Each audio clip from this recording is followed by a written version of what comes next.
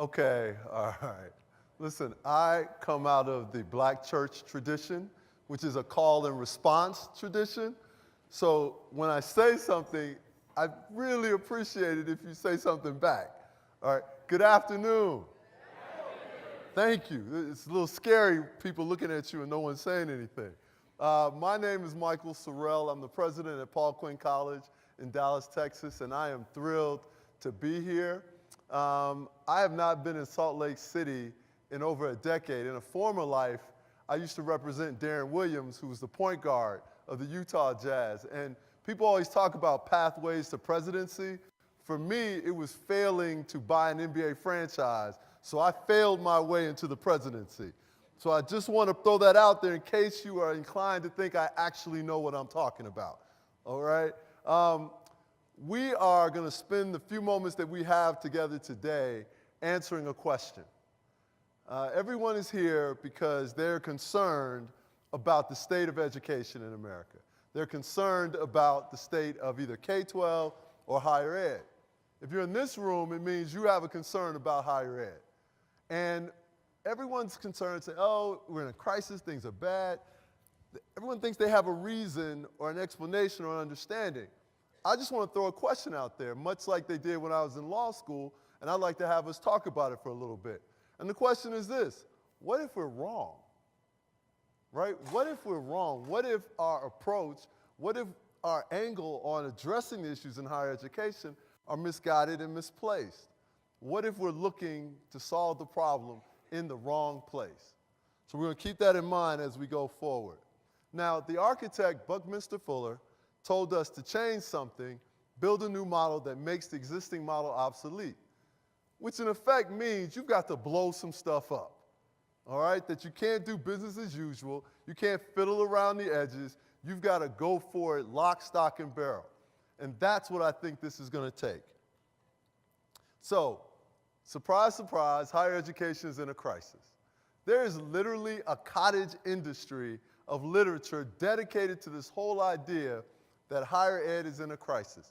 Now, if any of you know Goldie, who works for the Chronicle of Higher Education, I'm not talking just about her book.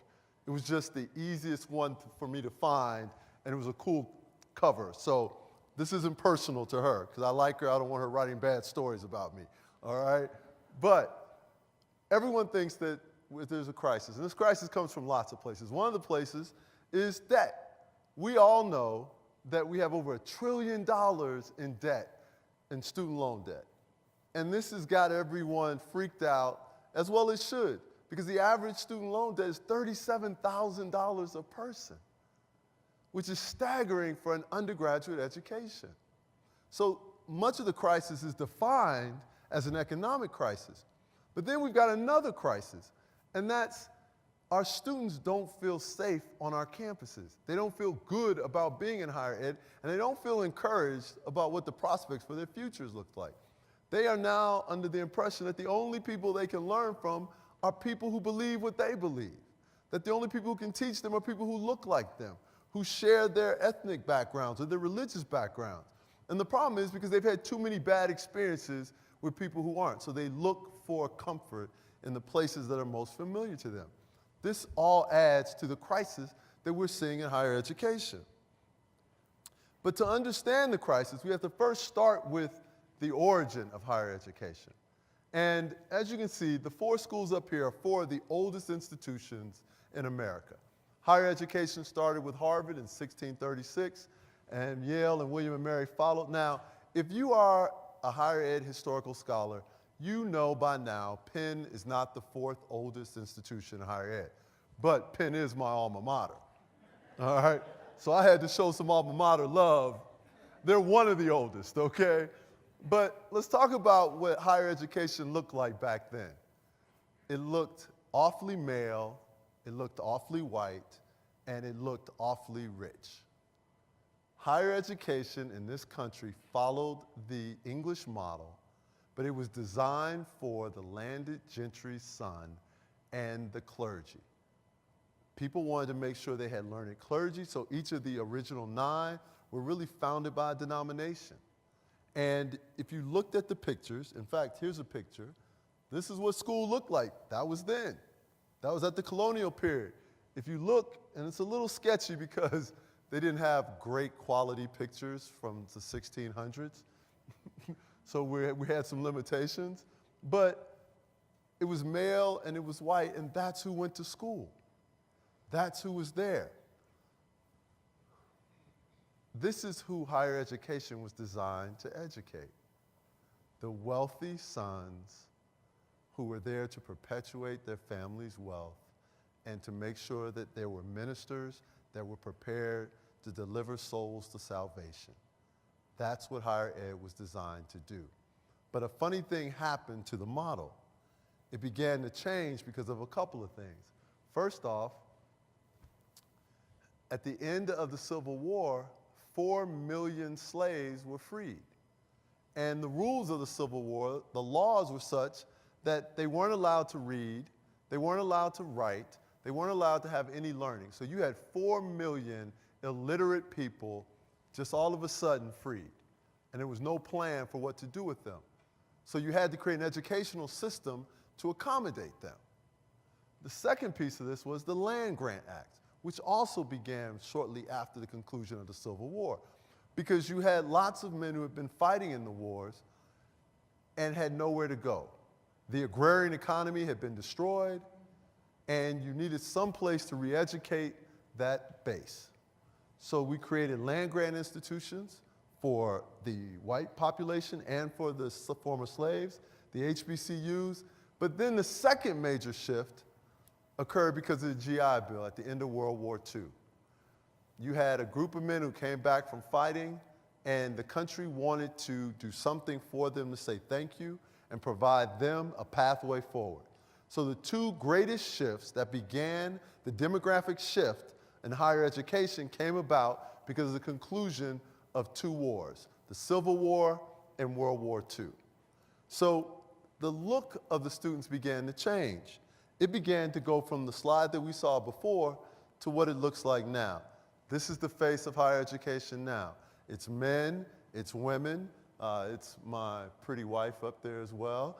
It is Hispanic students, black students, white students, multiracial students. This is what it looks like. But remember, this isn't who higher education was designed to educate. And there lies the tension. This is what college students are today. Today, 54% of our students are Pell Grant eligible. Approximately 26 of our college students are parents, and the majority of them are single parents. More than 75% of students today work more than 20 hours per week. And the SAT tells us that less than 50% of our students are prepared for the academic rigors of higher education. None of these individuals were contemplated when they created what higher education looked like in the 1600s when Harvard started. What are you going to do when the model you have doesn't work anymore for the students that you have? We have a design flaw. And what we're going to do together for the remaining time we have is design a new system of higher education. So we're going to have to do that because in case you think that we can just ride this tide out, that things will eventually get better, it won't.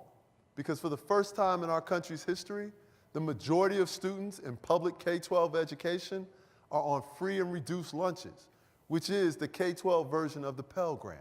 It means that they are in such a fragile economic standing that they would not have guarantees of eating breakfast or lunch if it weren't for being fed at school. Think about that for a moment. And then think about what it means that our system turns those students loose in the summertime to be faced with insecurities in food and just the basic necessities of their lives. So we're going to design a new model. Here's where we're going to start. First off, we're going to give the people what they want. This model of a standard lecture hall where you come at a set amount of time, the buildings are open during a set period of time during the day, that was designed for a time where 75% of the students weren't working 20 hours or more a week. So we're going to have to be flexible in how we make things available for our students. So one, that means little things that may not seem that big of a deal, but trust me, they make a big difference. How about we leave the college offices open after hours? Okay? If you work during the day, if you come in and you have a question for the registrar, but you have to take off work to see the registrar, is that going to discourage you? Because you're going to realize the system's not meant for you. We're going to have hybrid classes because we know students benefit tremendously from face-to-face interaction. But sometimes you need a schedule that will allow you to do a lesson online once in a while. These things matter. We have to be more flexible. Secondly, we have to make higher education inspirational. Now, I know that sounds odd because you may be thinking, I didn't go to class expecting to be inspired. Well, what would have happened if you did? Maybe you were an individual that found inspiration in just the sheer joy of learning.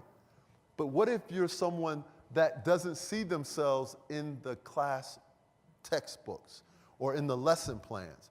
What if you're 54% of the student body that's Pell Grant eligible and no one's talking to you about the things that matter to you? How about you give them a purpose? How about you identify with them and engage them?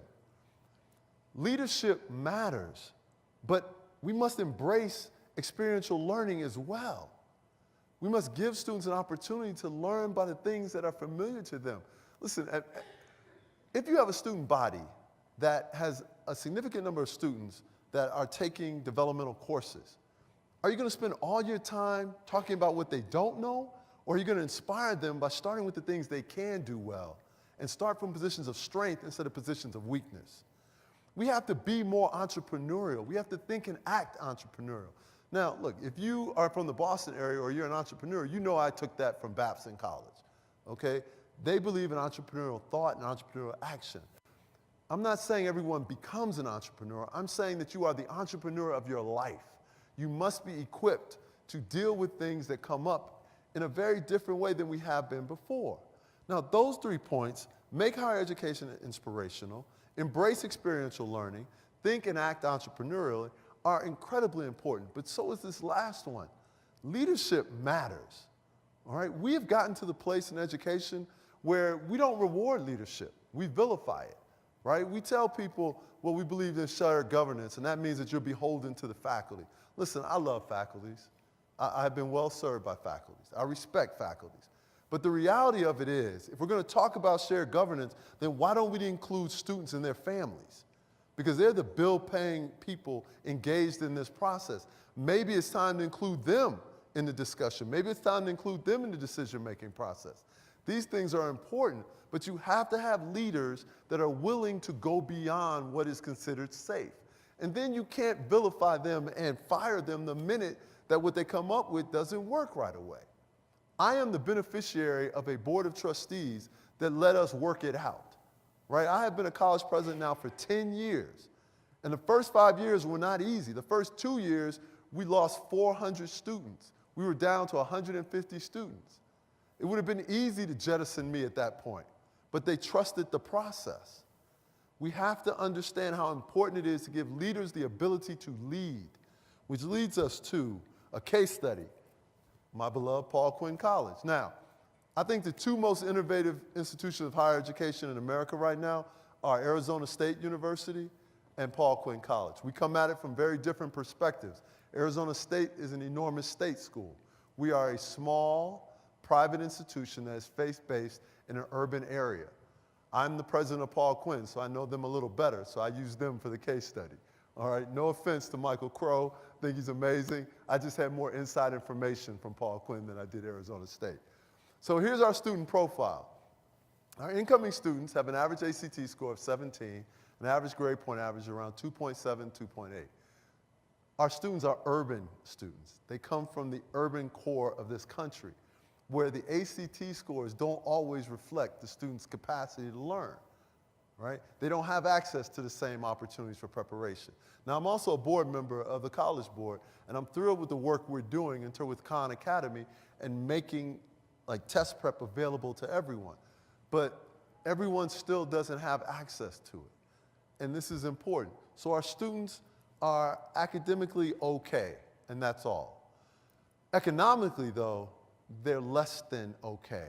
80 to 85% of our students are Pell Grant eligible. 70% of our students have zero expected family contributions.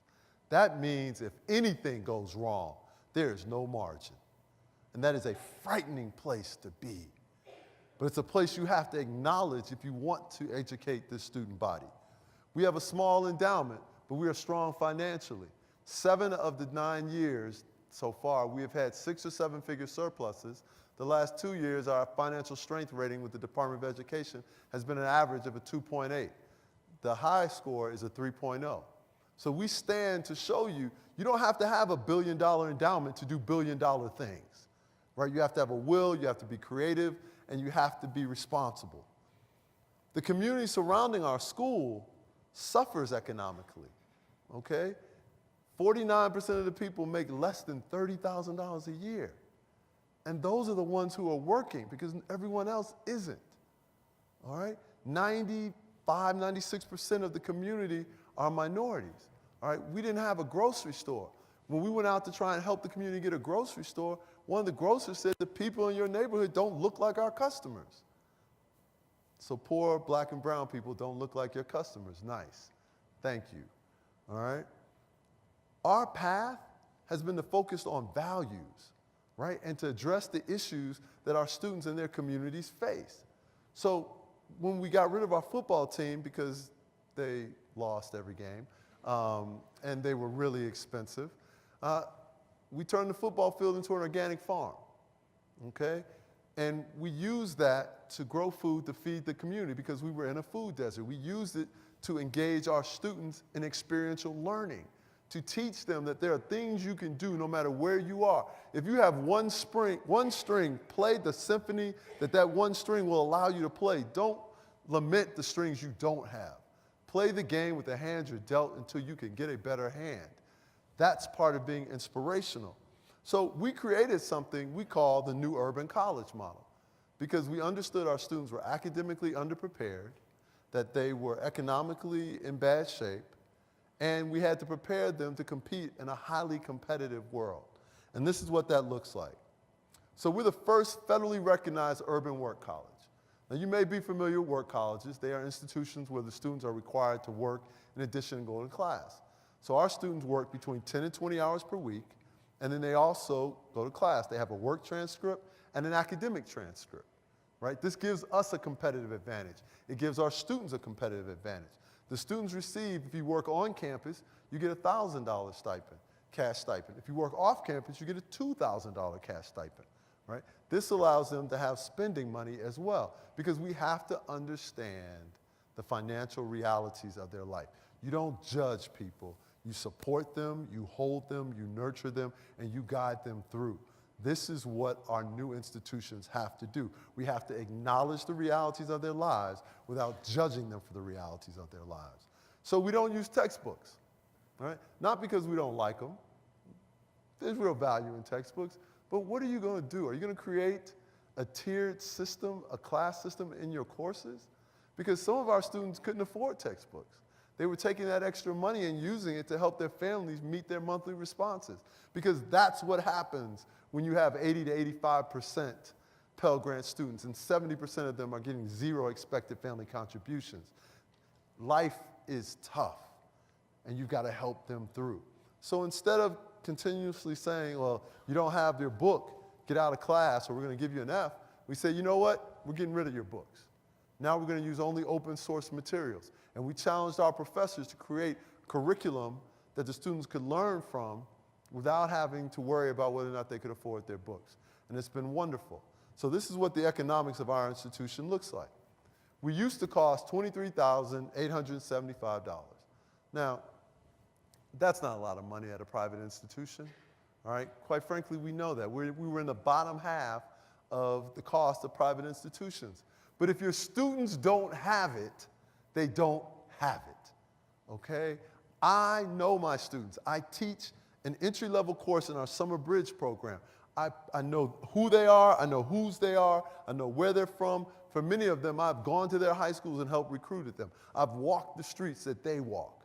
I know who they are, How many times are you going to stand by and watch your students look at you and tell you they don't have the money they need to pay for the rest of the semester?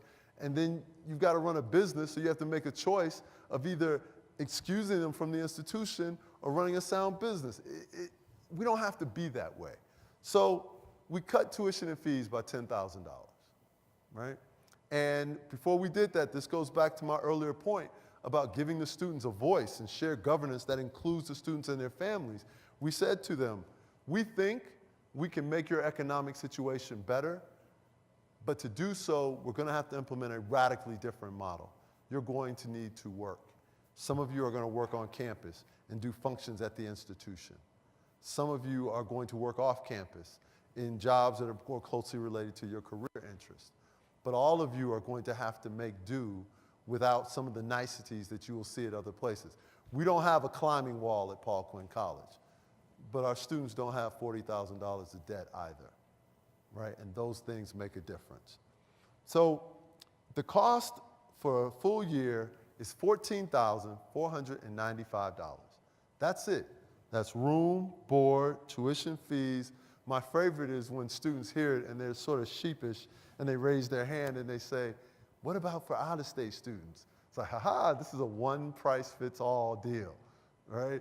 That's everyone, out-of-state, in-state, that's what it costs. If you choose to live off campus, it's only $9,920, right? We've created a model where our students can graduate from college owing less than $10,000 of debt if they so choose, because it is irresponsible to tell students from poverty that the way out of poverty is massive amounts of student debt. That's not right, and we refuse to buy into that culture. So this is how our students pay for it. Remember, 85% of our students are on Pell Grant. So $55,920 is the amount of the Pell Grant. That's what we tie tuition and fees to. That's what tuition is, all right? Then you get $5,000 from your work program credit. So right out of the gate, $10,920 of that $14,495 is covered for everyone. Then the average student picks up another $1,200 in either state grants, federal grants, or some type of institutional aid, which leaves them with only having to borrow $2,375 annually to be able to go to school, which at the end of 4 years is $9,500 in debt. This is what it looks like to be flexible. This is what it looks like to actually use leadership. This is what it looks like to design a model that embraces experiential learning. This is what it looks like to be inspirational. We tell our students, our institutional ethos is we over me. The needs of a community must supersede the wants of an individual. We tell them to live lives that are guided by the 4 L's of Quinnite leadership. Leave places better than you found them. Live a life that matters. Someone's going to tell your story. You're going to leave a footprint. Make sure the footprint you leave is the one that is most impactful. Lead from wherever you are. Too many students who come from economically marginalized lives have been told that they aren't leaders, that it's not their turn. They don't have a voice. We refute that notion. We tell them you start leading the day you get out of bed.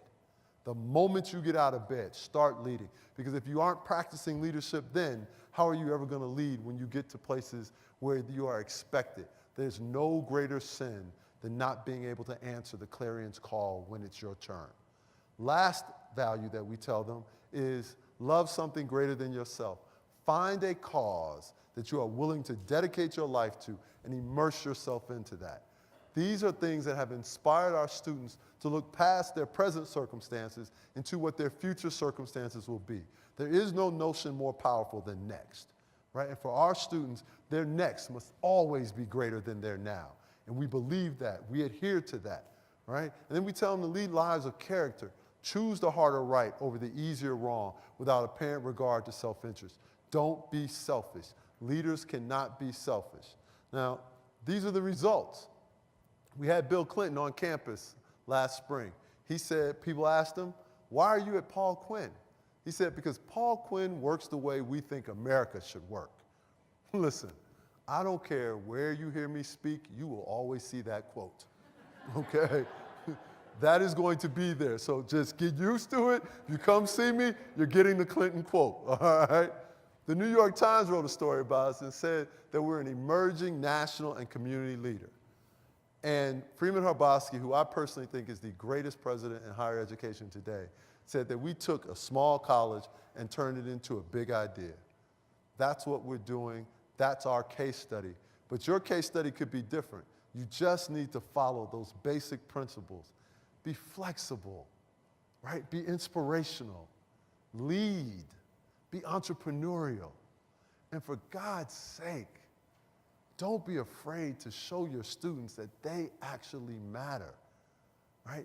If we want to create a higher education system that works, then we have to redesign it to make it work for the students that are coming through our doors now. And the students that are coming through our doors now, they need this version of higher education, not the colonial version.